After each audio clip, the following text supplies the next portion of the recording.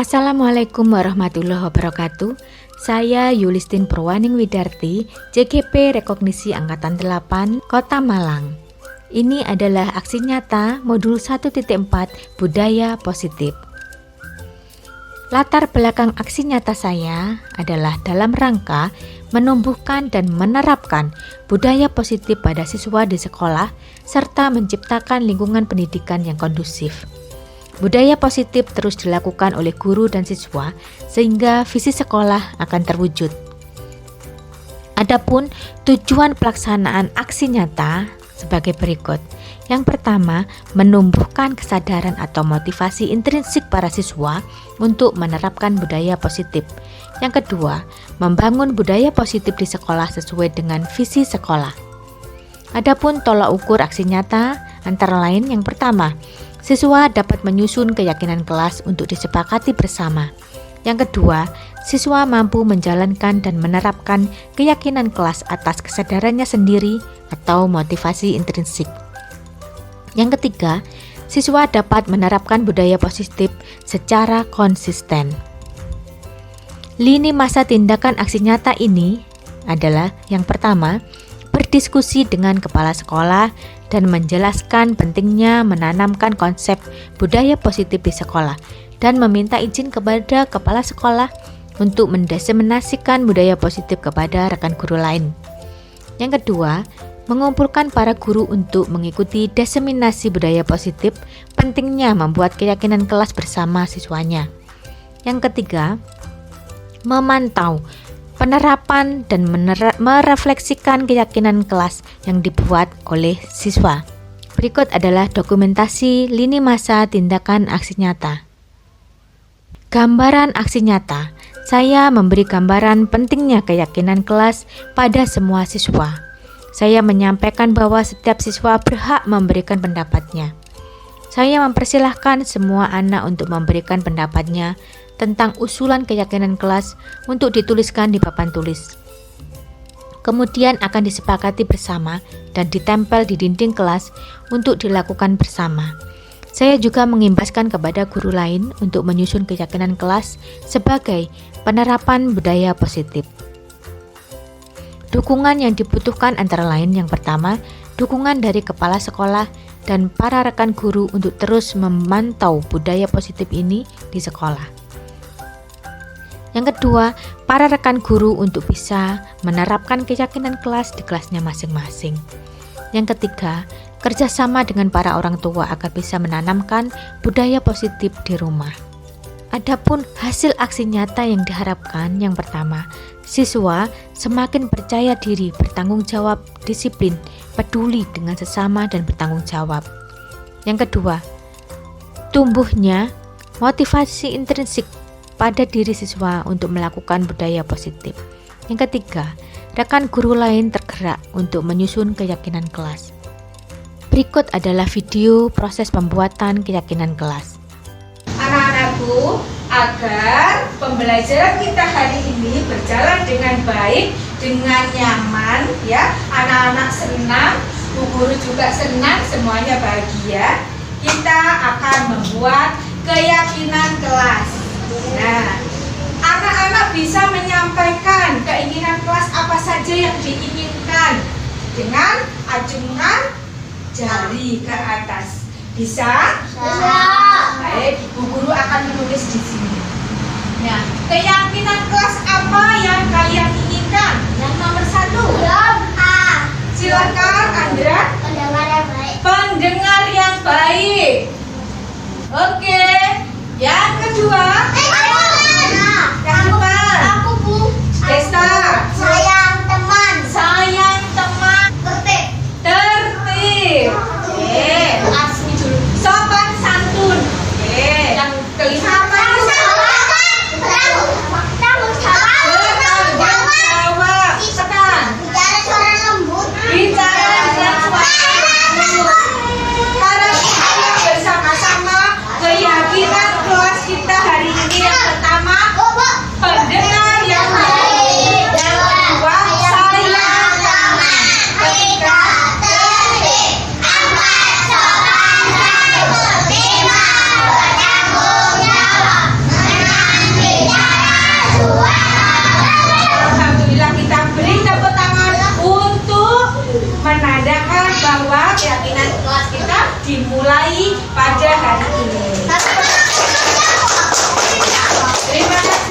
Berikut adalah respon siswa terhadap pembuatan keyakinan kelas. Assalamualaikum warahmatullahi wabarakatuh. Nama saya Asmi. Saya senang sekali diajak buat keyakinan kelas dan karena membuat saya disiplin dan bertanggung jawab. Terima kasih. Berikut diseminasi budaya positif yang disampaikan dalam kegiatan diseminasi rekan sejawat. Assalamualaikum warahmatullahi wabarakatuh. Kami ucapkan terima kasih kepada ibu-ibu yang pada kesempatan pagi hari ini sudah meluangkan waktunya untuk mengikuti kegiatan diseminasi aksi nyata budaya positif pada hari Selasa 4 Juli 2023. Susunan acara sebagai berikut. Pertama, pembukaan. Kedua, perkenalan CV pemateri. Ketiga, paparan diseminasi. Keempat, penutup. Acara yang pertama, pembukaan. Marilah pada kesempatan hari ini kita membaca basmalah bersama-sama. Bismillahirrahmanirrahim. Yang kedua, perkenalan CV pemateri. Di sini pemateri dengan nama Ibu Yulistin Purwaning Nidarti. Beliau masih aktif sebagai Kepala Sekolah TK Dian Agung Kota Malang dan menjabat sebagai Ketua IG TKI PGRI Kecamatan Lokwaru Kota Malang. Kontribusi pada program Kemendikbudristek pada pendidikan guru penggerak sebagai berikut. Yang pertama, tahun 2022 sebagai pengajar praktik guru penggerak angkatan keempat. Tahun ke-2023 sebagai fasilitator guru penggerak angkatan ke-8 yang sekaligus mendapat tugas sebagai calon guru penggerak rekognisi. Apa perbedaan guru penggerak rekognisi dengan guru penggerak yang sebelumnya? Tanpa berbasa-basi, langsung saja waktu kami persilahkan kepada Ibu Yulistin untuk memaparkan diseminasinya. Kami persilahkan. Baik, terima kasih Bu Ira. Terima kasih untuk perkenalannya. Sudah panjang lebar kali tinggi perkenalannya ya. Baik. Assalamualaikum warahmatullahi wabarakatuh dan selamat siang Bapak Ibu semuanya. Waalaikumsalam warahmatullahi wabarakatuh. Alhamdulillah, puji syukur kita panjatkan kehadirat Allah Subhanahu wa Ta'ala yang telah melimpahkan kesehatan, rizki, dan kesempatan sehingga kita semua pada hari ini bisa bertemu di ruang Google Meet ini dalam keadaan sehat walafiat, tak kurang suatu apapun. Amin.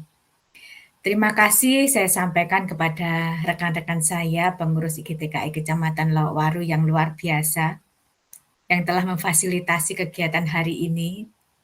Dan terima kasih juga untuk semua ibu-ibu, ada bapaknya enggak ya, Bapak Ibu, yang telah meluangkan waktunya untuk hadir di Room Jimit ini. Semoga Bapak Ibu semua hari ini mendapat ilmu yang bermanfaat untuk bisa diaplikasikan nanti di lembaga masing-masing dan dicatat sebagai amal yang baik oleh Allah Subhanahu wa Ta'ala. Amin. Bapak Ibu, seperti yang telah disampaikan oleh MC kita yang cantik tadi Bu Ira, alhamdulillah di tahun ini 2023 saya mendapat tugas sebagai fasilitator pendidikan guru penggerak yang sekaligus merangkap tugas sebagai calon guru penggerak rekognisi. Mohon doa dari Bapak Ibu semuanya agar saya bisa melaksanakan semua tugas ini dengan baik dan lancar sampai selesai. Tadi ada PR untuk saya ya, apa bedanya CGP yang reguler dan CGP rekognisi gitu ya. Untuk CGP reguler itu memang benar-benar difokuskan, diperuntukkan untuk guru-guru yang belum mengenyam pendidikan atau belum melakukan pendidikan di program pendidikan guru penggerak. Tapi kalau untuk yang rekognisi, untuk keperuntukannya khusus untuk fasilitator-fasilitator yang belum melaksanakan program calon guru penggerak sebelumnya, sehingga nanti kalau lulus calon guru penggerak rekognisinya selain mendapat sertifikat sebagai pengajar praktik, ada sertifikat fasilitator, juga punya sertifikat guru penggerak begitu. Nah, untuk yang rekognisi ini memang karena spesial, jadi kita ada tugas juga sama dengan guru penggerak lain, namun hanya fokus di aksi nyatanya saja, tidak mengerjakan yang keseluruhan begitu. Itu bedanya ya Bu Ira. Mohon doanya semoga saya bisa menyelesaikan dengan baik. Jadi untuk kegiatan saya hari ini merupakan salah satu tugas saya sebagai calon guru penggerak rekognisi untuk memberikan aksi nyata ya, untuk diseminasi aksi nyata. Saya ada bantuan sedikit. TV rusak, jangan dipukul. Nanti dia bisa mati. Karena semua sudah berkumpul, maka saya akan mulai presentasi. Yeah. Tepuk tangan. Mohon izin, saya mau share PPT. Nah, jangan kaget kalau fotonya tidak sama, itu foto 17 tahun saya yang lalu. Bapak Ibu, saya share screen-nya seperti ini. Sudah muncul ya, saya tidak slideshow, kenapa?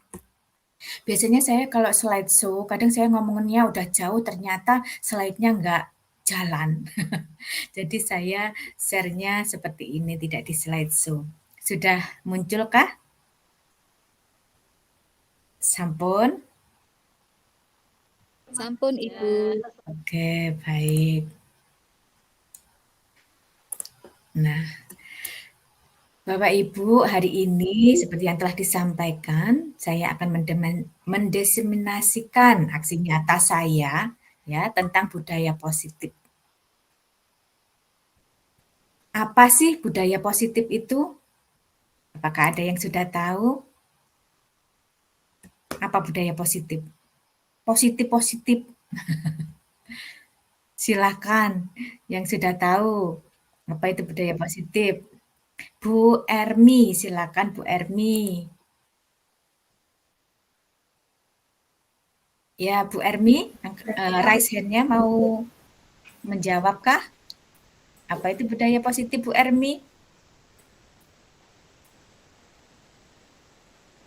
Suaranya kok nggak ada ya? Nggak jadi menjawab ya? Baiklah. Budaya positif itu adalah nilai, keyakinan, kebiasaan yang ada di sekolah kita yang berpihak pada murid, tentunya yang positif ya. Sehingga murid dapat berkembang menjadi pribadi yang kritis, penuh rasa hormat dan tanggung jawab. Jadi budaya positif itu adalah kebiasaan-kebiasaan kecil yang baik, yang positif, yang kita laksanakan secara terus-menerus, rutin kita laksanakan. Nah, nanti akhirnya akan menjadi budaya positif. Nah, contohnya seperti ini. Ada upacara bendera, kita lakukan terus-menerus di hari Senin atau hari-hari besar nasional, ya. Kemudian budaya literasi, merawat tanaman yang ada di sekolah, sholat, praktek sholat mungkin untuk sekolah-sekolah yang muslim ya, sekolah muslim. Praktek sholat mungkin setiap hari Jumat. Senam pagi mungkin dilakukan setiap hari Kamis Jumat. Nah, kebiasaan-kebiasaan kecil inilah jika dilakukan secara terus-menerus yang nantinya akan membuat sebuah budaya positif di sekolah tersebut. Nah, itu. Nah, Bapak Ibu, eksplorasi konsep kita hari ini ada 6 materi ya. Yang pertama, disiplin positif dan nilai kebajikan universal. Yang kedua, ada teori motivasi, hukuman, dan penghargaan, serta restitusi. Yang ketiga, ada keyakinan kelas. Yang keempat, kebutuhan dasar manusia dan dunia berkualitas. Kelima, restitusi dengan 5 posisi kontrol. Keenam, restitusi segitiga restitusi. Wah, istilah-istilah ini kira-kira sudah familiar apa masih awam ya untuk Bapak Ibu? nanti kita familiarkan di sini. Jadi kita ada 6 materi ini hari ini dan saya rasa cukup banyak ya. Silakan kalau ada cemilan, ada minum sambil nyemil minum enggak apa-apa. Kita santai aja. Kita saling berbagi, saling sharing di sini bukan berarti saya lebih pintar, tapi saya mungkin lebih tahu duluan. Jadi kita sama-sama belajar. Kita masuk pada materi yang pertama tentang disiplin positif dan nilai kebajikan universal. Nah, Bapak Ibu, kita akan bermain cobalah buka. Nah, bermain cobalah buka di sini saya ingin sukarelawati ya karena ibu-ibu 2 orang. Mungkin Bu Ira dan Bu Nurul ya. Bu Ira dan Bu Nurul. Kalau ibu-ibu yang lain, misalkan di sebelahnya ada teman, silakan mencoba dengan teman sebelahnya. Kita akan belajar tentang kontrol di sini ya, tentang kontrol. Untuk Bu Nurul, tugasnya adalah mengepalkan salah satu tangan dan coba Bu Nurul bayangkan bahwa Bu Nurul menyimpan sesuatu yang sangat berharga di dalam kepalan tangan Bu Nurul. Bu Nurul perlu menjaganya, ya, menjaga benda tersebut sekuat tenaga. Karena begitu pentingnya untuk kehidupan Bu Nurul. Bisa dipahami Bu Nurul? Oke, tangannya dikepalkan, di dalamnya itu seolah-olah ada benda yang sangat berharga. Nah, sekarang tugas dari Bu Ira. Bu Ira mencoba dengan segala cara untuk membuka kepalan tangan Bu Nurul. Bu Ira boleh membujuk, menghardik, mengintimidasi, memarahi, menggoda. Kalau ketemuan boleh menggelitik, bahkan bisa menawarkan uang atau mentraktir ya agar Bu Nurul bersedia membuka kepalan tangannya. Kita berikan waktu 5 menit. Silahkan dimulai. Action Bu Ira. Halo Bu Nurul. Dari tadi aku ngelihatnya kok ngegem terus ya tangannya. Apa sih di dalam genggaman kamu itu? Boleh kamu lihat? Tidak boleh. Ayolah, aku kan juga pengen tahu apa yang kamu genggam.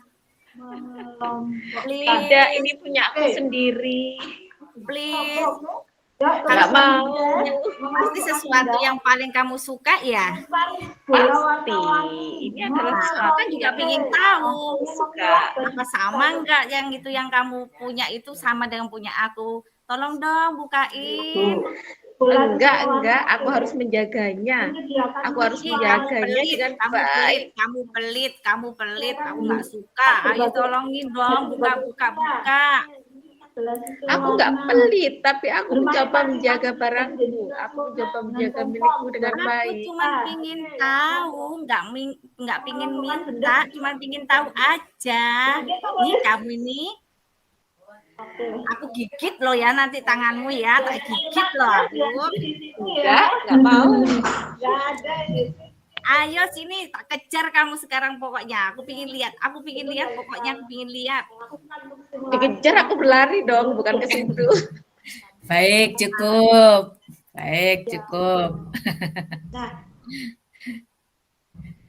Kira-kira tadi boleh dibuka enggak ya? Ini pertanyaannya, apakah Anda membuka kepalan tangan, Bu Nurul? Tidak. Kalau boleh tahu alasannya kenapa? Karena bagi saya itu adalah sesuatu yang berharga bagi saya dan harus saya pertahankan, harus saya jaga supaya tidak kehilangan. Sesuatu yang penting, sesuatu yang berharga. yang harus dijaga ya sesuai amanahnya begitu ya. Walaupun tadi sudah dirayu-rayu, rayuannya maut tadi, tapi tetap tidak bisa untuk membuka kepalan tangan dari Bu Nurul. Nah, sekarang dalam kegiatan ini sesungguhnya siapa yang memegang kendali atau kontrol untuk membuka atau menutup kepalan tangan? Kira-kira siapa? Bu Nurul. Bu Nurul ya? Iya, Bu Nurul. Oke, jawabannya tentu kita sendiri, tentu Bu Nurul sendiri, tentu yang punya genggaman sendiri, yang memegang kontrol atas kepalan tangan mereka. Nah, apakah kita mau membuka atau menutup kepalan tangan kita, itu tergantung pada diri kita masing-masing. Jadi sesuai dengan kebutuhan dasar kita saat itu. Ketika walaupun dihardik, walaupun ditawari macam-macam, kalau tidak ada keinginan dari kita, tidak ada izin dari kita untuk membuka, tentunya tidak akan terbuka, ya. Walaupun dipaksa-paksa kalau kita tidak mengizinkan, tidak akan terbuka. Benar? Oke, baik. Kita lanjutkan dulu ya. Nah, kita akan belajar tentang perubahan hikmat teori kontrol yang disampaikan oleh Dr. William Gardner. Ada ilusi guru mengontrol murid, ya. Pada dasarnya kita tidak dapat memaksa murid untuk berbuat sesuatu jikalau murid tersebut memilih untuk tidak melakukannya. Sama dengan Bu Nurul tadi, jika Bu Nurul tidak mengizinkan, maka hal itu tidak akan terjadi.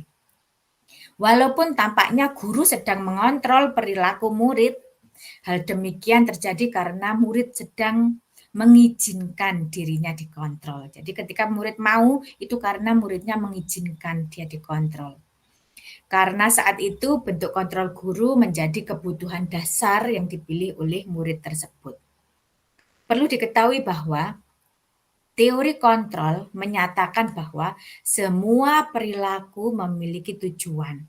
Bahkan terhadap perilaku yang tidak disukai, semua ada tujuannya. Misalkan, Ari silakan menyelesaikan tugasnya dengan baik dulu, setelah itu baru boleh mengambil mainannya. Nah, itu seakan-akan bu guru yang mengontrol Ari. Tapi ketika Ari mengizinkan dikontrol oleh guru, dia akan melaksanakan sesuai dengan yang disampaikan gurunya. Tetapi ketika Ari tidak mengizinkan dirinya dikontrol, nggak mau, aku nggak mau menyelesaikan, nggak mau main juga. Nah, itu ketika diri Ari tidak mau dikontrol. Jadi semua kontrol itu berada pada diri anak sendiri. Nah, ilusi yang kedua.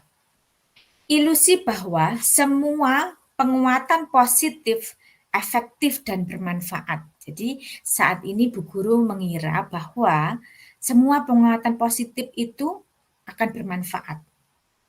Nah, penguatan positif atau bujukan adalah bentuk-bentuk kontrol juga. Segala usaha untuk mempengaruhi murid agar mengulangi suatu perilaku tertentu adalah suatu usaha untuk mengontrol murid tersebut.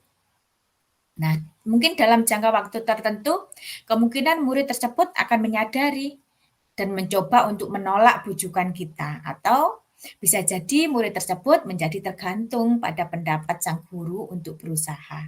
Jadi ketergantungan. Misalkan anak yang bisa merapikan mainannya akan Bu Guru kasih hadiah stiker senyum.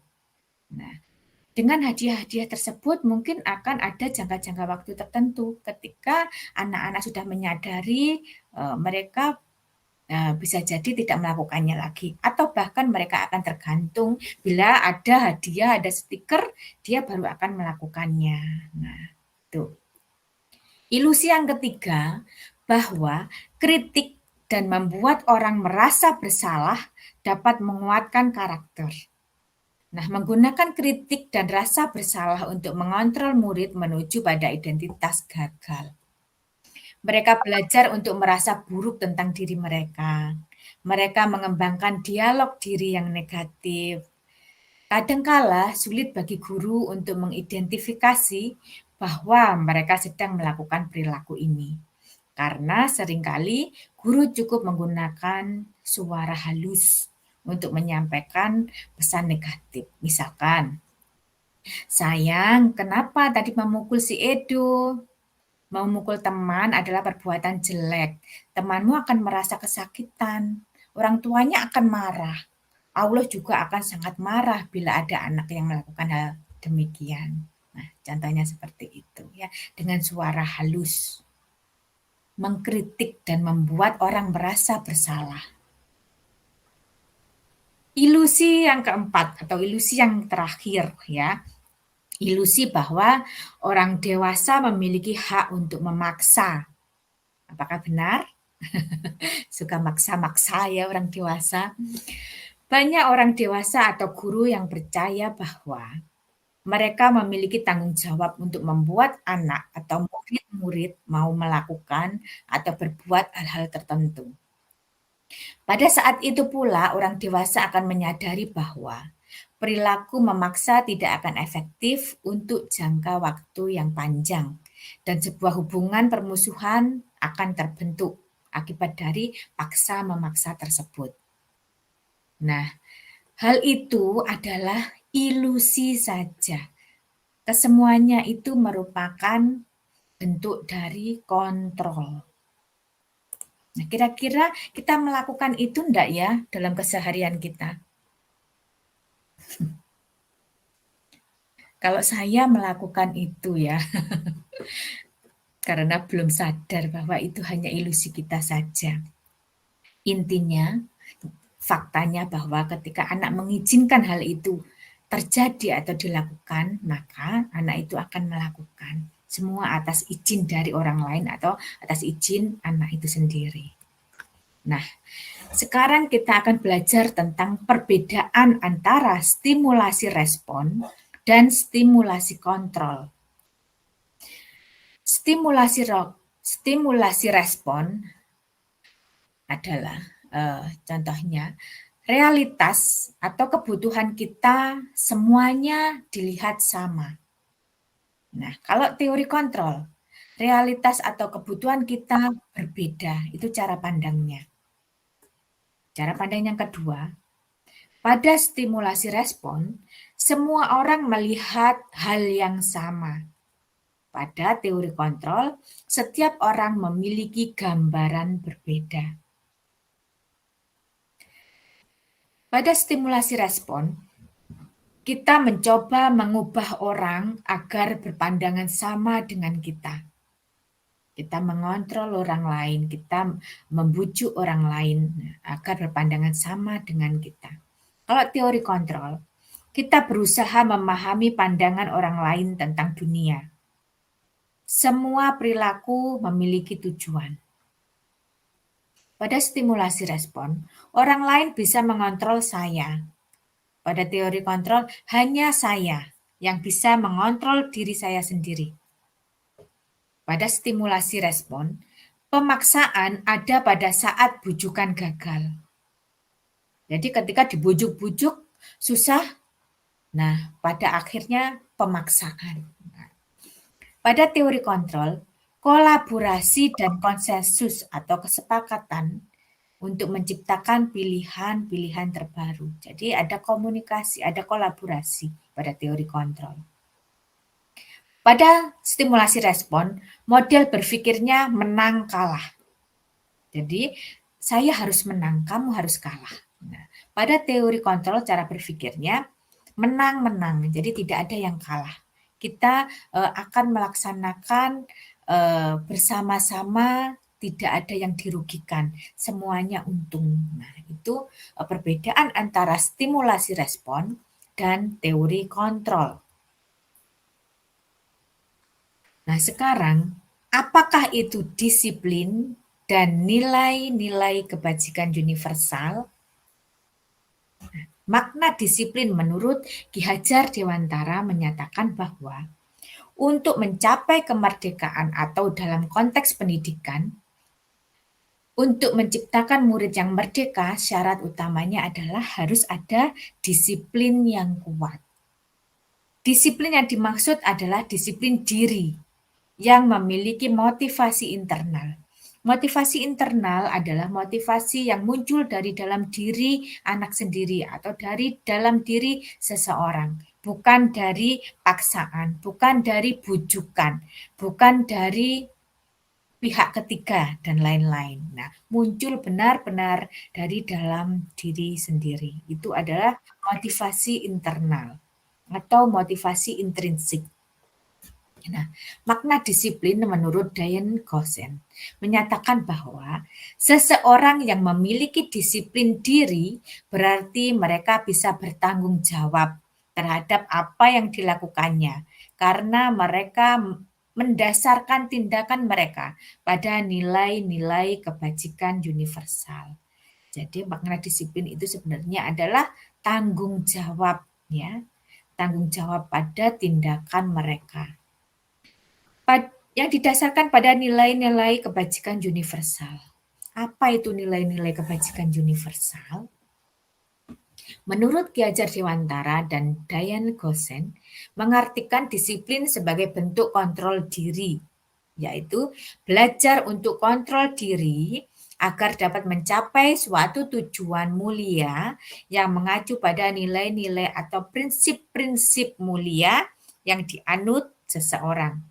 Nah, nilai-nilai atau prinsip-prinsip mulia yang dianut seseorang inilah yang dinamakan kebajikan universal. Oke. Nah, makna disiplin dan nilai-nilai kebajikan.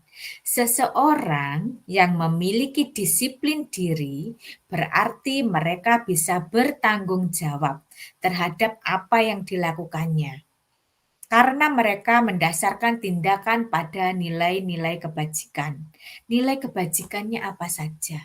Ada beriman bertakwa kepada Tuhan Yang Maha Esa, berakhlak mulia, mandiri, bernalar kritis, berkebinekaan global, bergotong royong, dan kreatif. Keenam ini ada di mana, Bapak Ibu? Ada yang pernah dengar ini, pernah tahu? B5. Ya, pada 6 dimensi profil pelajar Pancasila. Ya. 6 dimensi profil pelajar Pancasila. Oke, baik, terima kasih. Nah, kita masuk ke materi yang kedua tentang teori motivasi, hukuman, dan penghargaan, serta restitusi. Nah, ada 3 motivasi perilaku manusia. Yang pertama, untuk menghindari ketidaknyamanan atau hukuman.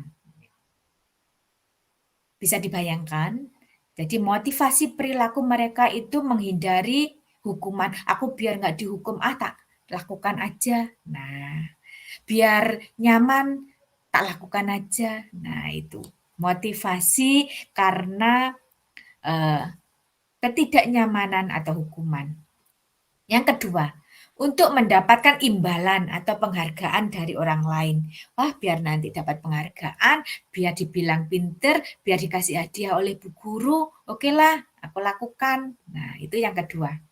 Yang ketiga, untuk menjadi orang yang mereka inginkan dan menghargai diri sendiri dengan nilai-nilai yang mereka percaya. Nah, itu muncul dari dalam diri mereka. Oke. Jadi, untuk motivasi yang nomor 1 dan nomor 2 merupakan motivasi ekstrinsik. Karena ada faktor ketiganya, faktor dari luar yang memotivasi. Baik dari hukuman, ketidaknyamanan, penghargaan, imbalan. Nah, kalau yang nomor 3 masuk pada motivasi intrinsik karena muncul dari dalam dirinya. Bukan dari pengaruh orang lain. Menurut Anda, dari ketiga jenis motivasi tadi, motivasi manakah yang saat ini paling banyak mendasari perilaku murid-murid Anda di sekolah? Ada yang mau sharing di sini? Ketiga jenis motivasi tadi, motivasi yang mana? Yang paling banyak dilakukan oleh murid-murid kita saat ini? Nomor 2, Bulis. Nomor 2. Oke. Oke, nomor 2 tadi untuk mendapat imbalan dan penghargaan. Oke. Apakah semuanya setuju? Belum tentu. Apa? Nomor 1, Heeh. untuk menghindari ketidaknyamanan atau hukuman. Untuk menghindari ketidaknyamanan atau hukuman. Oke, ya. Memang hal itu yang banyak terjadi saat ini pada murid-murid kita. Murid-murid saya juga. Jadi nanti biar dibilang pinter, biar dikasih jempol, akhirnya mau melakukan. Atau ada hukuman-hukuman tertentu, ancaman-ancaman tertentu. Nah, nanti kalau nggak mengerjakan, kalau nggak selesai berarti nggak main di luar. Nah, akhirnya biar aku main di luar, tak kerjakan. Nah, itu motivasi ekstrinsik karena ancaman, karena hukuman. Nah, itu ternyata ya. Jadi kita sekarang sudah tahu. Jadi itu semua termasuk motivasi ekstrinsik yang seharusnya kita hilangkan. Kita harus mulai belajar untuk membuat motivasi intrinsiknya muncul pada diri anak-anak kita. Nah, sekarang kita ke hukuman, konsekuensi, dan restitusi. Restitusi merupakan sebuah pendekatan untuk menciptakan disiplin positif. Restitusi adalah proses menciptakan kondisi bagi murid untuk memperbaiki kesalahan mereka, sehingga mereka bisa kembali pada kelompok mereka dengan karakter yang lebih kuat. Itu menurut Gosen.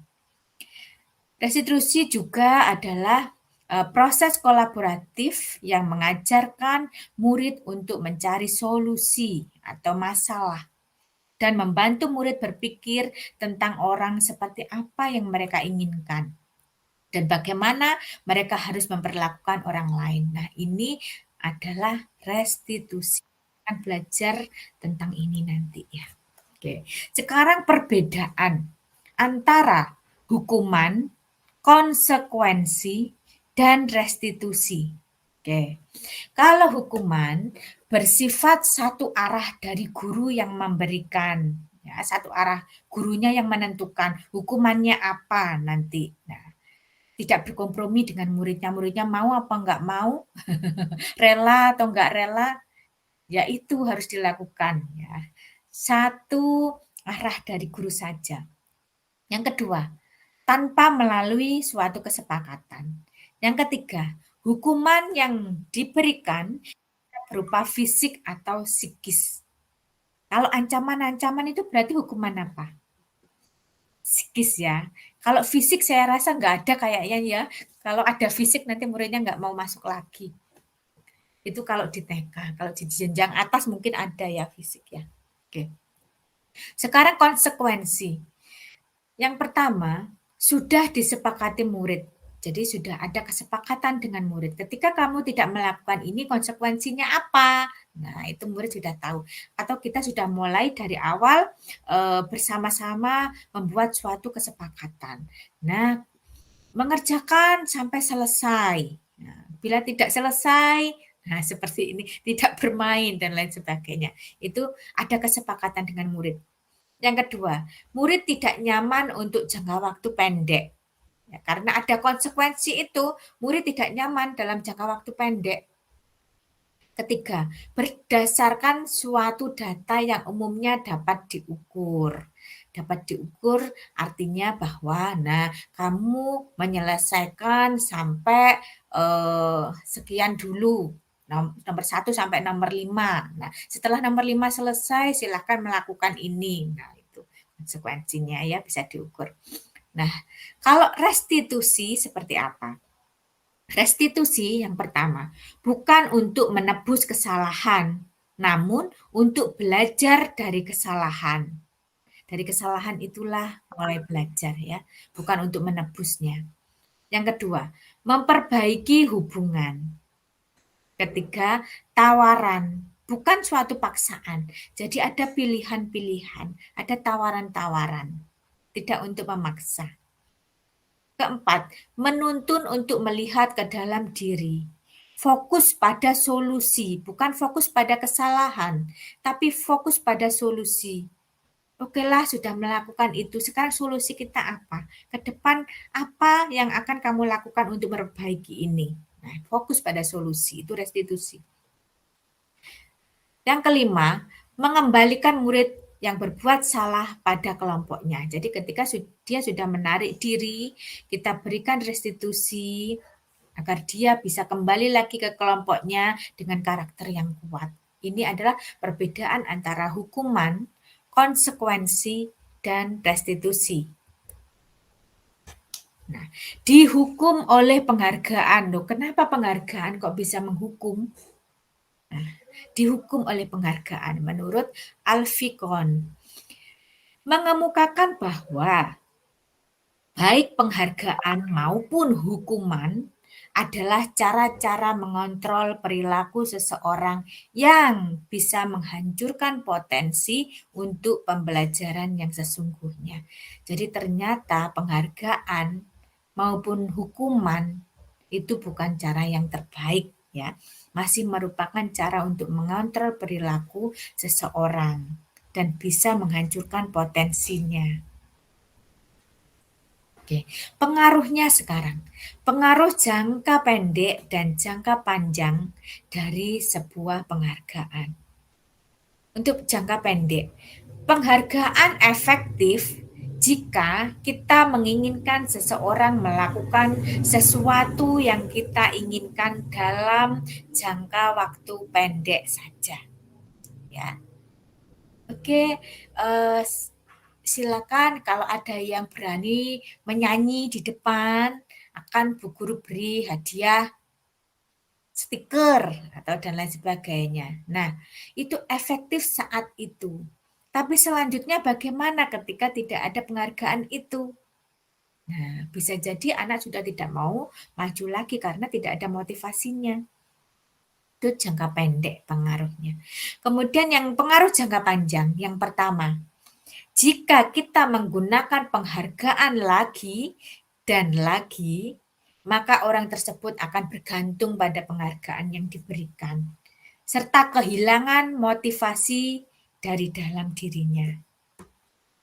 Yang kedua, jika kita mendapatkan penghargaan untuk melakukan sesuatu yang baik, maka selain kita senantiasa berharap mendapatkan penghargaan tersebut lagi, kita pun menjadi tidak menyadari tindakan baik yang telah kita lakukan. Nah, ini adalah pengaruh jangka panjang dan jangka pendek dari sebuah penghargaan. Nah, sekarang efeknya. Efek dari penghargaan yang pertama, tidak efektif. Bisa merusak hubungan. Jadi ketika sudah tidak diberikan hadiah lagi, tidak diberikan penghargaan lagi, nah bisa merusak hubungan. Penghargaan mengurangi ketepatan, bisa menurunkan kualitas, bisa mematikan kreativitas, bisa menghukum. Nah, ini adalah efek-efek dari penghargaan. Nah, sekarang kita akan belajar tentang ya, melihat apakah ini termasuk hukuman atau merupakan sanksi atau konsekuensi. Ya. Silakan belajar menjawab. Pertanyaan yang pertama. Mencatat 100 kali di dalam buku kalimat. Di dalam buku ya kalimatnya. Saya tidak akan terlambat lagi. Untuk anak yang terlambat ke sekolah. Nah, ini merupakan suatu hukuman atau konsekuensi. Ayo mencatat 100 kali dalam buku. Kalimatnya, saya tidak akan terlambat lagi. Nah, itu karena anaknya terlambat sekolah. Kira-kira menurut ibu-ibu, bapak-ibu, ini hukuman atau konsekuensi? Hukuman. Hukuman. Alasannya? Karena sebelumnya belum ada perjanjian ibaratnya. Guru langsung ngomong kalau terlambat langsung suruh nulis itu. Sebelumnya belum ada perjanjian awal gitu loh Bu, maksud saya. Ada lagi yang lain? Ya, silakan. Saya coba jawab ya Bu Oh, Yulistin. monggo. Iya. Itu bisa seperti Bu Ira tadi, bisa dibilang hukuman kalau memang sebelumnya tidak ada perjanjian di awal. Tetapi bisa menjadi sanksi ataupun konsekuensi jika itu ada perjanjian di awal. Jadi misalnya nanti kalau kalian terlambat berarti harus menulis kalimat ini sebagai konsekuensinya. Atau konsekuensi ini dirubah lagi. Sanksinya kalau kalian terlambat itu sebagai sanksi, sanksinya kalian harus berjanji dengan cara menuliskan kalimat itu bahwa saya tidak akan terlambat lagi sebanyak 100 kali. Itu jadi sanksi. Kalau ini menurut saya Bu Yulistin. Terima kasih. Terima kasih, luar biasa. Kita lanjut dulu nomor 2. Lari mengelilingi lapangan basket 2 kali karena terlambat hadir di sekolah. Ayo karena terlambat, ayo lari mengelilingi lapangan basket di sekolah 2 kali atau 3 kali. Nah, yang kedua ini apa?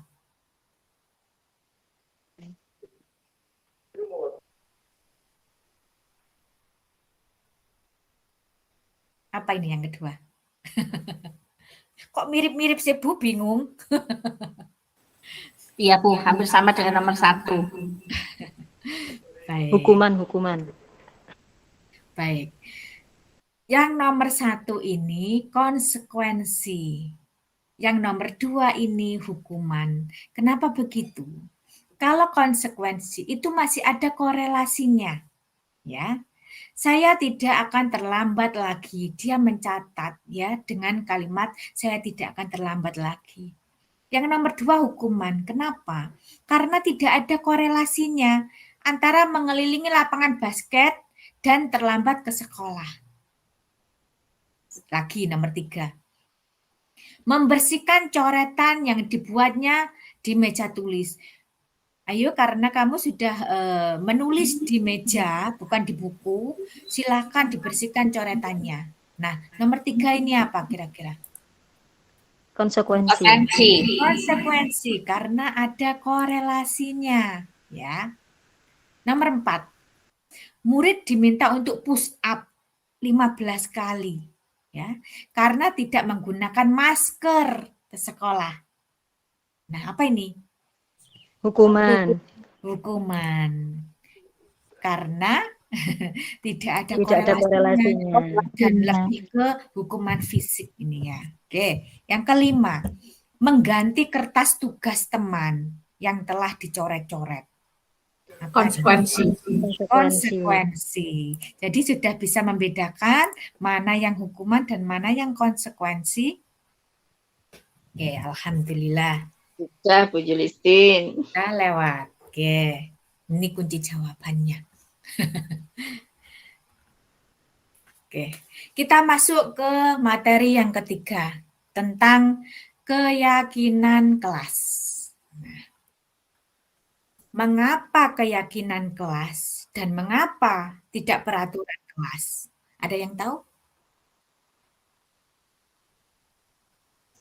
Kita sering mendengarnya apa? Peraturan kelas ya.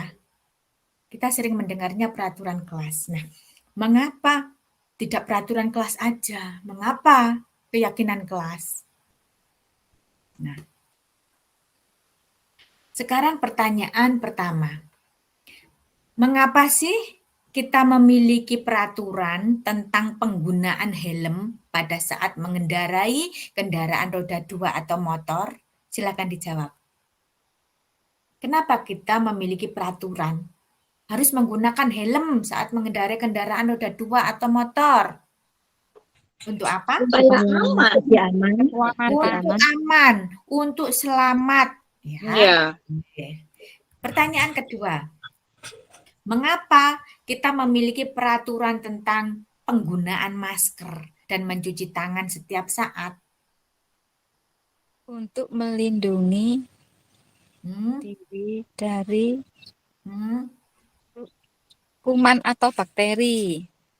Supaya kita tetap sehat, supaya tidak sakit, supaya melindungi dari kuman atau bakteri. Oke. Nah, nilai-nilai keselamatan atau kesehatan inilah yang kita sebut sebagai suatu keyakinan. Kira-kira yang menjawab seperti ibu-ibu tadi itu hanya ibu-ibu sendiri atau orang sedunia? Semuanya. Semuanya ya, karena itu universal.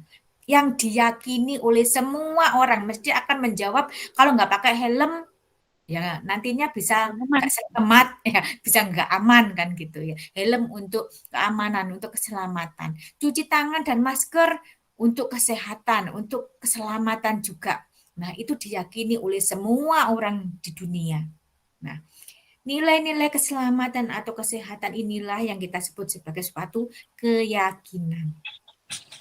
Nah, nilai-nilai kebajikan universal yang disepakati secara tersirat dan tersurat lepas dari latar belakang suku, negara, bahasa, maupun agama.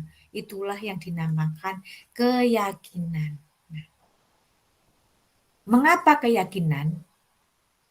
Nilai-nilai kebajikan menekankan pada keyakinan seseorang akan lebih memotivasi dari dalam.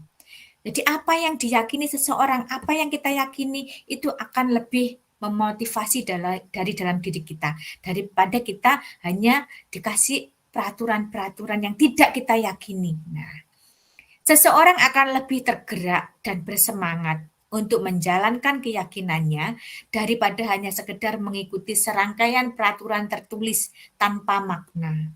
Nah, itu. Bila ada aturan-aturan yang tertulis, apalagi kita tidak tahu keperuntukannya, maknanya, nah tentu kita tidak akan meyakini. Ketika kita tidak meyakini, kita dengan ikhlas, dengan senang hati tidak melakukannya. Mungkin dengan keterpaksaan ya, karena kita tidak meyakininya. Nah, mengapa tidak peraturan? Murid-murid perlu terlebih dahulu mendengarkan dan memahami arti sesungguhnya tentang peraturan-peraturan yang diberikan sebelum peraturan-peraturan itu dibuat. Nah, tentang apa nilai-nilai kebajikan di balik peraturan tersebut dan apa tujuan utamanya. Sehingga sering kita lihat anak-anak menjadi tidak tertarik atau menjadi takut sehingga hanya sekedar mengikuti serangkaian peraturan-peraturan yang mengatur mereka tanpa memahami tujuan mulianya. Karena peraturan-peraturan itu tidak dikonvertkan dulu ke keyakinannya mereka tidak disampaikan dulu apa tujuan-tujuan ini. Nah, ketika mereka sudah mengetahui tujuan-tujuan, kebaikan-kebaikannya, mereka akan berusaha meyakini. Ketika sudah meyakini, mereka akan dengan senang hati melakukannya. Namun ketika mereka tidak memahami itu, mereka merasa akan melakukan serangkaian peraturan-peraturan yang mengatur mereka tanpa memahami tujuan mulia. Jadi mereka tidak akan melakukannya, mereka hanya akan takut saja akan konsekuensi-konsekuensi yang akan terjadi bila dia tidak melakukan. Itu perbedaan mengapa keyakinan, mengapa tidak peraturan saja. Nah, keyakinan kelas dibuat seperti apa? Yang pertama, keyakinan kelas bersifat lebih abstrak daripada peraturan yang lebih rinci dan konkret. Yang kedua, pernyataan keyakinan kelas senantiasa dibuat dalam bentuk positif, dalam bentuk baik. Ketiga, keyakinan kelas berupa pertanyaan-pertanyaan universal. Maksudnya universal diyakini oleh semua orang. Yang keempat, keyakinan kelas sebaiknya sesuatu yang dapat diterapkan di lingkungan tersebut. Jadi tidak muluk-muluk, yang memang benar-benar bisa diaplikasikan. Selanjutnya, keyakinan kelas hendaknya tidak terlalu banyak, sehingga mudah diingat dan dipahami oleh semua warga kelas. Selanjutnya, bersedia meninjau kembali keyakinan kelas dari waktu ke waktu. Bila sudah dirasa tidak relevan, ya boleh diganti. Semua warga kelas hendaknya ikut berkontribusi dalam membuat keyakinan kelas lewat kegiatan curah pendapat. Jadi keyakinan kelas ini dibuat bersama-sama. Nah, ini ada contoh pembuatan keyakinan kelas di sekolah saya. Saya akan stop share dulu. Coba saya share videonya. Anak-anakku, agar pembelajaran kita hari ini berjalan dengan baik, dengan nyaman, ya, anak-anak senang, bu guru juga senang, semuanya bahagia. Kita akan membuat keyakinan kelas. Nah, anak-anak bisa menyampaikan keinginan kelas apa saja yang diinginkan dengan acungan jari ke atas. Bisa? Bisa. Baik, Bu Guru akan menulis di sini. Nah, keyakinan kelas apa yang kalian inginkan? Yang nomor 1. Silakan, Andra. Pendengar yang baik. Pendengar yang baik. Oke. Yang kedua. Yang kedua. Aku, Bu. Desa. Sayang teman. Sayang teman. Tertib. Tertib. Oke. Sopan santun. Oke. Yang kelima apa? Tanggung jawab. Jawab. Sekan. Bicara suara lembut. Bicara dengan suara lembut. Karena kita bersama-sama keyakinan kelas kita hari ini yang pertama pendengar yang baik, yang kedua sayang teman, ketiga tertib. Empat sopan santun. Lima bertanggung jawab. Enam bicara suara. Alhamdulillah, kita beri tepuk tangan untuk menandakan bahwa keyakinan kelas kita dimulai pada hari ini. Terima kasih. Tadi bisa cukup untuk memberikan pemahaman ya, cara kita untuk membuat keyakinan kelas bersama anak-anak. Oke.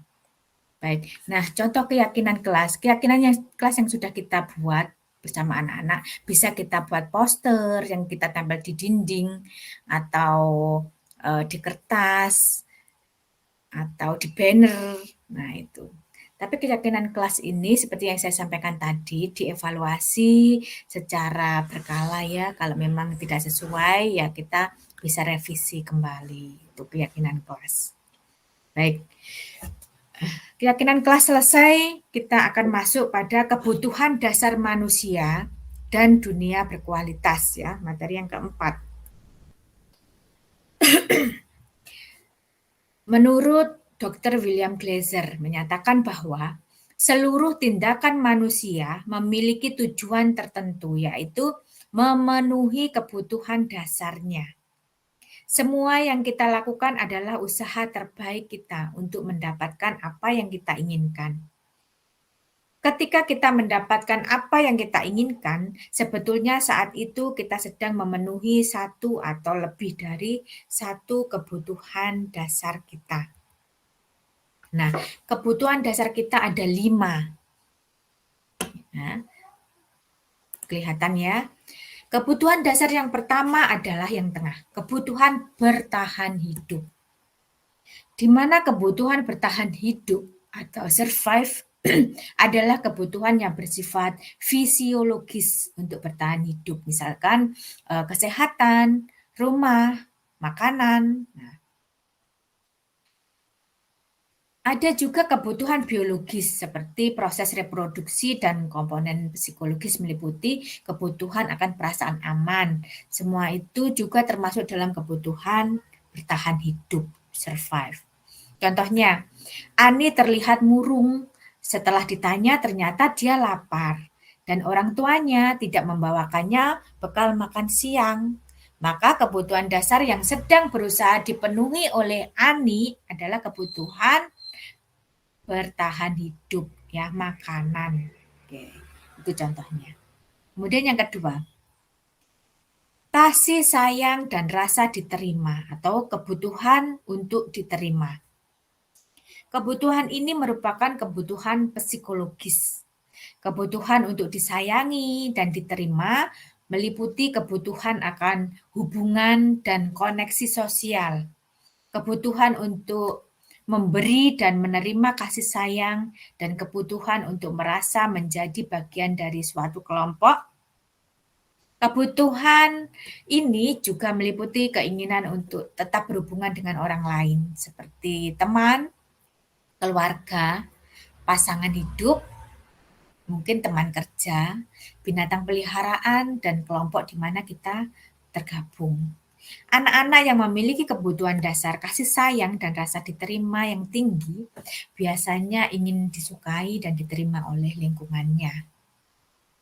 Mereka juga akrab dengan orang tuanya. Biasanya mereka belajar karena suka pada gurunya. Bagi mereka, teman sebaya sangatlah penting. Mereka juga biasanya suka bekerja dalam kelompok. Sekarang yang ketiga, penguasaan, yaitu kebutuhan akan pengakuan atas kemampuannya. Nah, kebutuhan ini berhubungan dengan kekuatan untuk mencapai sesuatu, menjadi kompeten, menjadi terampil, diakui atas prestasi dan keterampilan, didengarkan, dan memiliki rasa dihargai. Itu kebutuhan penguasaan, ya, diakui. Kebutuhan ini meliputi keinginan untuk dianggap berharga, bisa membuat perbedaan, bisa membuat pencapaian, kompeten, diakui, dan dihormati. Anak-anak yang memiliki kebutuhan dasar akan penguasaan yang tinggi biasanya selalu ingin menjadi pemimpin. Nah, mereka juga suka mengamati sebelum mencoba hal baru dan merasa kecewa bila melakukan kesalahan. Mereka juga biasanya rapi dan sistematis dan selalu ingin mencapai yang terbaik. Nah, ini adalah kebutuhan-kebutuhan tentang pengakuan atas kemampuan atau penguasaan. Kebutuhan yang keempat, kebebasan. Kebutuhan akan pilihan.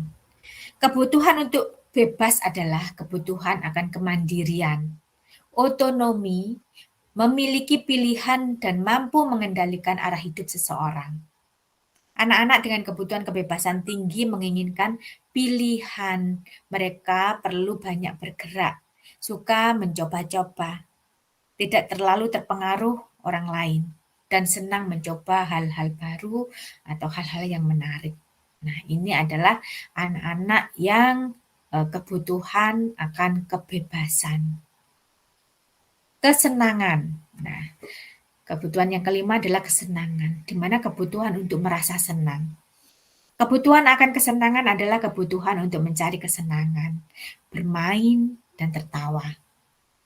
Anak-anak dengan kebutuhan dasar kesenangan yang tinggi biasanya ingin menikmati apa yang dilakukan. Mereka juga bisa berkonsentrasi tinggi saat mengerjakan hal yang disenangi. Mereka suka permainan dan suka mengoleksi barang, suka bergurau, suka melucu, dan juga mengemaskan. Bahkan saat mereka bertingkah laku buruk, mereka masih terlihat lucu. Nah, semua orang senantiasa berusaha untuk memenuhi kebutuhannya dengan berbagai cara.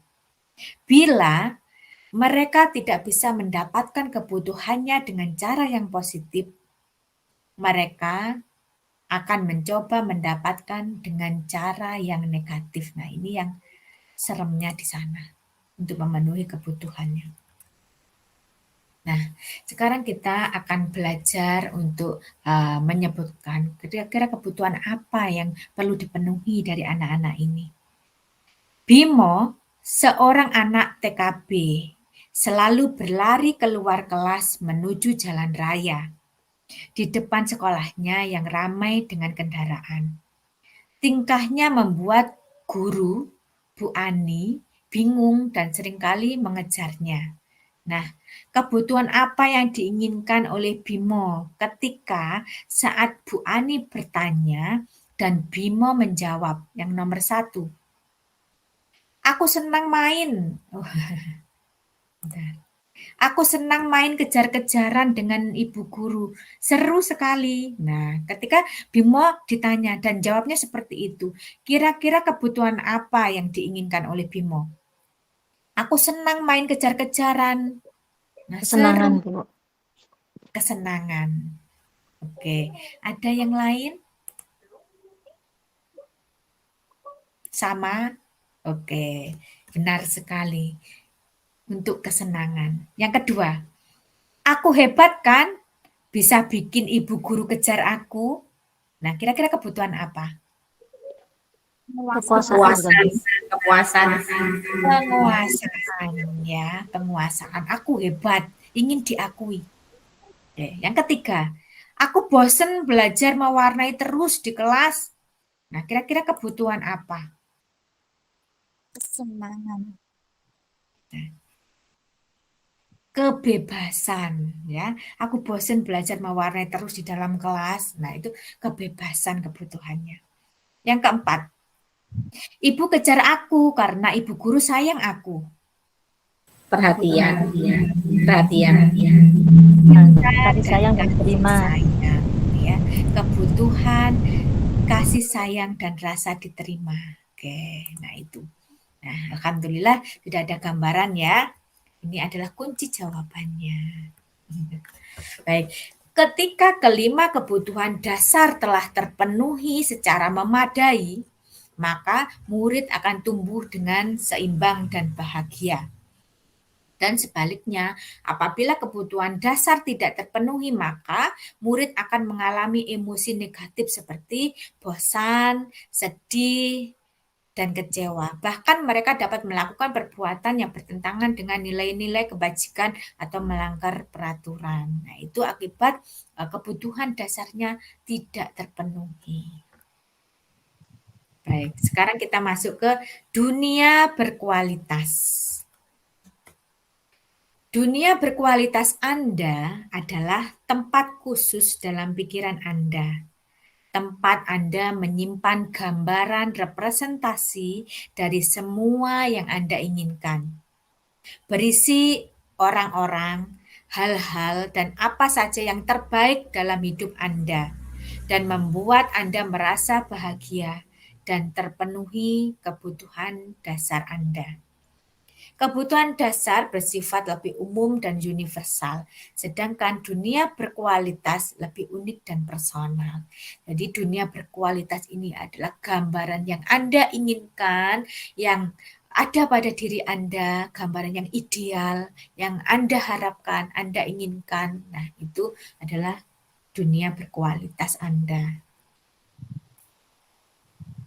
Kita masuk ke tema yang kelima, yaitu restitusi 5 posisi kontrol. Apakah itu restitusi? Tadi sudah ya. Restitusi adalah proses menciptakan kondisi bagi murid untuk memperbaiki kesalahan mereka, sehingga mereka bisa kembali pada kelompok mereka dengan karakter yang lebih kuat.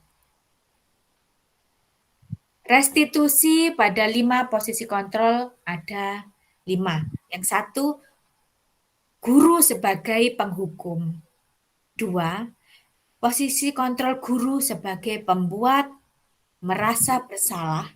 Yang ketiga, posisi kontrol guru sebagai teman. Yang keempat, posisi kontrol guru sebagai pemantau. Kelima, posisi kontrol guru sebagai manajer. Nah, kira-kira kita sering melakukan yang mana? Nah, nanti kan kita lihat bersama-sama ya, kita mengevaluasi, merefleksi diri kita masing-masing. Nah, posisi kontrol yang pertama adalah penghukum. Seorang penghukum bisa menggunakan hukuman fisik maupun verbal. Ya, bisa dijiwit, bisa dipukul, itu kalau fisik.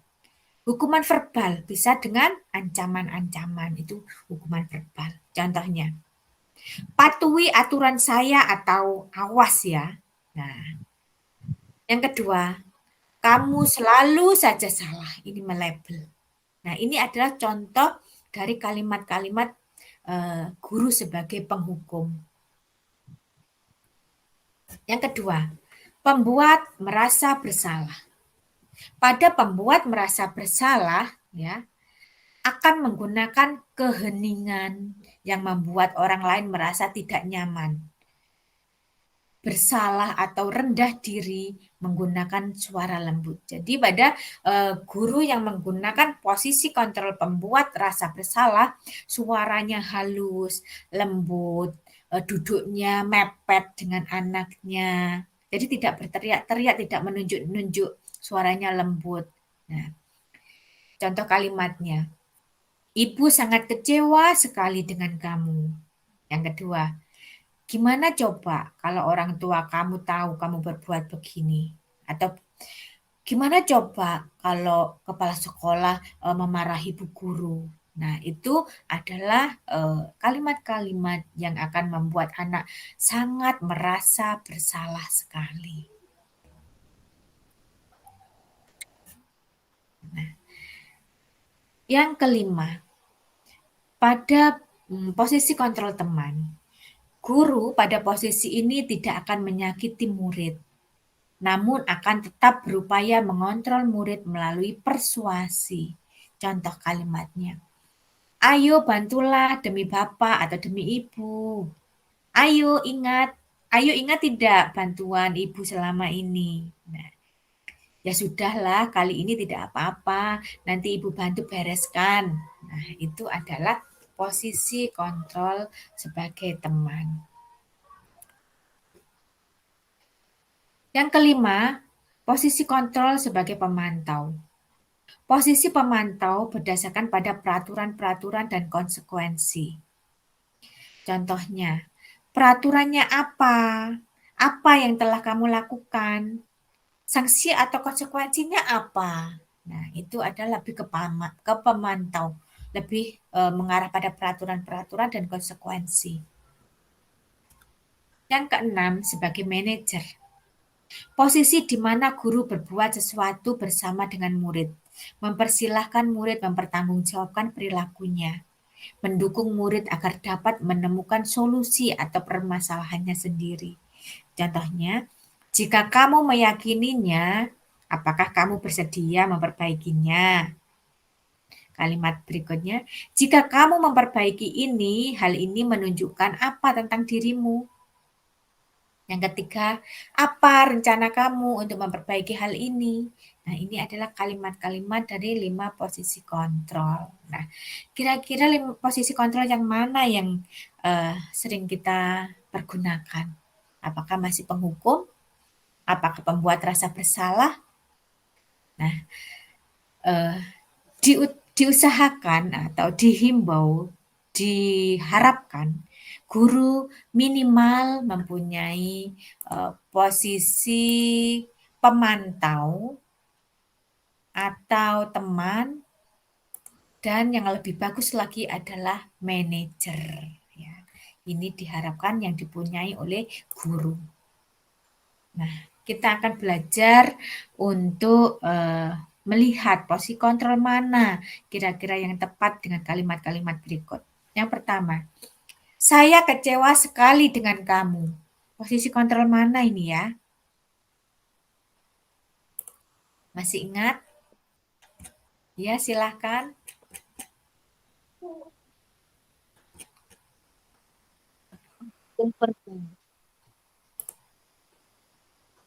Gimana? Suara. Suaranya nggak Merasa bersalah, Bu. Merasa bersalah. Merasa bersalah. Oke. Saya kecewa sekali dengan kamu. Nah, gitu ya. Yang kedua, apa peraturannya? Tentang konsekuensi dan peraturan. Berarti Pemantau. pemantau. Nah, kamu kenapa melakukan itu? Padahal tahu nggak kamu peraturannya apa? Nah, kesepakatannya bagaimana? Nah, itu pemantau. Ayolah, bantulah demi bapak atau demi ibu. Nah, apa? Teman, Bu. Teman. Nah, ayolah. Nah, semuanya ini punya plus minusnya ya. Oke, yang keempat, patuhi aturan saya atau awas ya. Apa itu? Penghukum. Hukuman. Yang kelima, apa rencana kamu untuk memperbaiki hal ini? Manajer.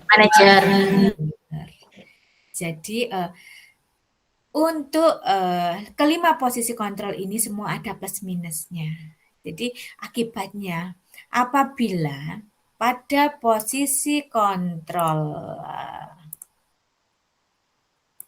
penghukum, nah, patuhi aturan saya atau awas ya. Nah, biasanya anak-anak atau guru dengan posisi kontrol penghukum, akibatnya anak-anak benar dia akan melakukan, tapi dia akan marah di dalam hatinya. Di belakang dia akan melampiaskan, bisa melampiaskan ke temannya, bisa melampiaskan ke barang-barang, bisa mecah-mecah barang, ngoret-ngoret barang. Nah itu bila guru menggunakan posisi kontrol penghukum. Dia akan nurut di depannya guru aja saat itu aja, tapi di belakangnya dia akan sangat marah. Ini bisa merusak hubungan. Nah, pada posisi kontrol membuat merasa bersalah. Membuat merasa bersalah ini akibatnya lebih parah lagi daripada posisi penghukum.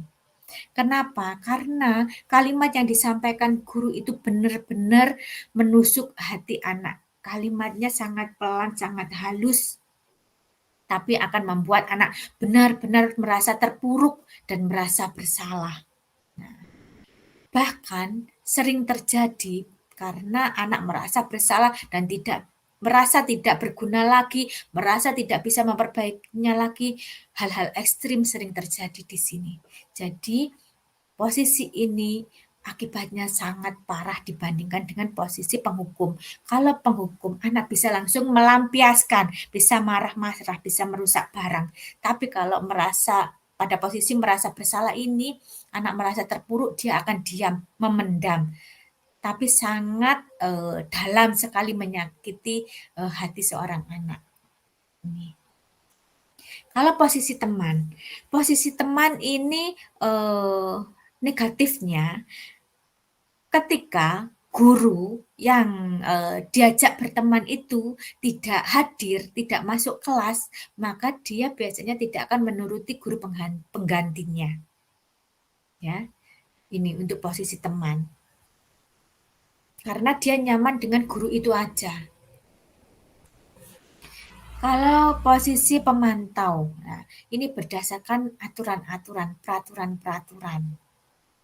Ini biasanya anak dengan keterpaksaan juga untuk mematuhi peraturan, tapi masih lebih baik dari posisi-posisi yang lain itu tadi.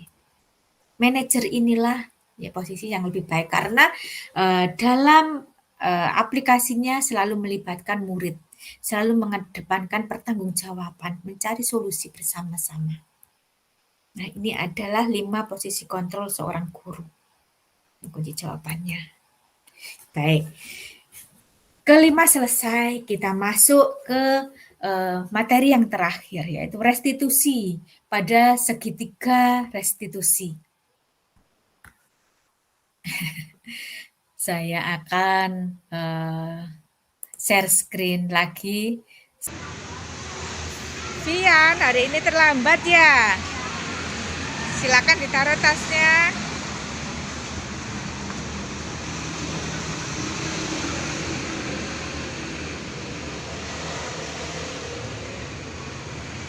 Selamat pagi, Vian. Selamat pagi, Bu Guru. Vian tadi sepertinya datangnya terlambat ya. Ya. Boleh tahu kenapa? Soalnya tadi mamaku lupa bangun. Oh, biasanya dibangunin mama. Tadi mamanya lupa. Oke, baik. Vian, keyakinan kelas yang mana yang Vian lupakan? Tepat waktu. Datang tepat waktu. Benar, nah Vian, supaya besok Vian bisa datang ke sekolah tepat waktu, harusnya bagaimana? Apa yang dilakukan Vian? Mandi langsung pergi. Mandi langsung siap ke sekolah ya. Vian biasanya ada jam kecil, jam beker yang bunyi kering, itu apa enggak di rumah? Nggak ada. Oh, pakai HP. HP-nya disetel ya, biar dipakai alarm, biar bisa bunyi ya. Baik, berarti nanti Vian biar bisa bangunnya cepet, tidak terlambat lagi. Yang pertama bisa setel alarm di HP. Yang kedua bilang ke mama jangan lupa bangunkan gitu ya, berarti dibangunkan oleh mama. Baik Vian, semoga besok bisa dapat sekolah teman waktu. Terima kasih. Sekarang boleh bermain dengan temannya. Nah, itu tadi kalimat-kalimat yang disampaikan pada segitiga restitusi.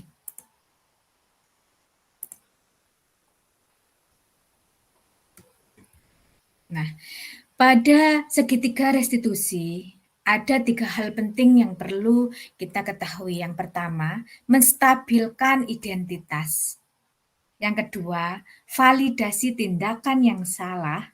Ketiga, menanyakan keyakinan. Nah, PPT saya sudah kelihatan ya? Oke, baik. Pada menstabilkan identitas, kalimatnya yang disampaikan, nah setiap orang pasti pernah melakukan kesalahan. Kamu bukan satu-satunya yang pernah melakukan kesalahan, atau kamu sudah terlambat ya hari ini. Nah, itu kata-kata yang disampaikan untuk menstabilkan identitas. Kata Bu Guru, kamu terlambat ya hari ini, atau kata Bu Guru Piket, kamu terlambat ya hari ini. Atau misalkan dia melakukan kesalahan yang lain, kata Bu Guru Piket, kamu hari ini bertengkar ya. Nah, itu menstabilkan identitas. Kemudian yang kedua, validasi tindakan yang salah. Contoh kalimatnya, kamu tentu punya alasan mengapa melakukan itu. Nah, adakah cara yang lebih efektif untuk mendapatkan apa yang kamu butuhkan? Jadi seperti tadi ketika terlambat, kamu mesti punya alasan kenapa kamu terlambat. Nah, atau ketika bertengkar, apakah punya cara yang lebih efektif untuk mendapatkan apa yang kamu butuhkan selain bertengkar? Nah, itu adalah kalimat-kalimat untuk validasi tindakan yang salah. Yang ketiga, pada menanyakan keyakinan. Kalimat yang disampaikan, keyakinan kelas apa yang telah kita sepakati? Nah, apakah kamu masih ingat keyakinan kelas mana yang telah kamu langgar? Nah, itu tadi ya. Selanjutnya, kamu ingin menjadi orang yang seperti apa? Nah, ini adalah kalimat-kalimat yang dipergunakan untuk menanyakan keyakinan. Jadi, pada segitiga restitusi itu ada kalimat untuk menstabilkan identitas, validasi tindakan yang salah, dan menanyakan keyakinan. Nah, kenapa restitusi penting? Karena rasa bersalah sangat menguras energi. Ketika kita merasa bersalah, kita mengalami identitas kegagalan. Yang ketiga, perasaan bersalah membuat kita terperangkap pada masa lalu di mana kita sudah tidak bisa berbuat apa-apa lagi. Nah, ini pentingnya kita melakukan restitusi. Terima kasih. Nah, alhamdulillah paparan diseminasi saya hari ini sudah selesai. Mohon maaf bila ada gangguan ya. Semoga apa yang saya sampaikan bisa bermanfaat untuk ibu-ibu semuanya. Saya kasih pantun juga. Siang-siang pergi ke kota, jangan lupa beli alpukat. Demikian presentasi kita, semoga bisa bermanfaat. Amin, cakep.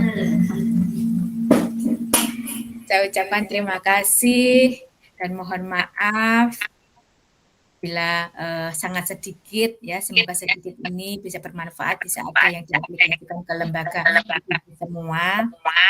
Terima kasih sekali lagi. Saya akhiri billahi taufiq wal hidayah. Wassalamualaikum warahmatullahi wabarakatuh.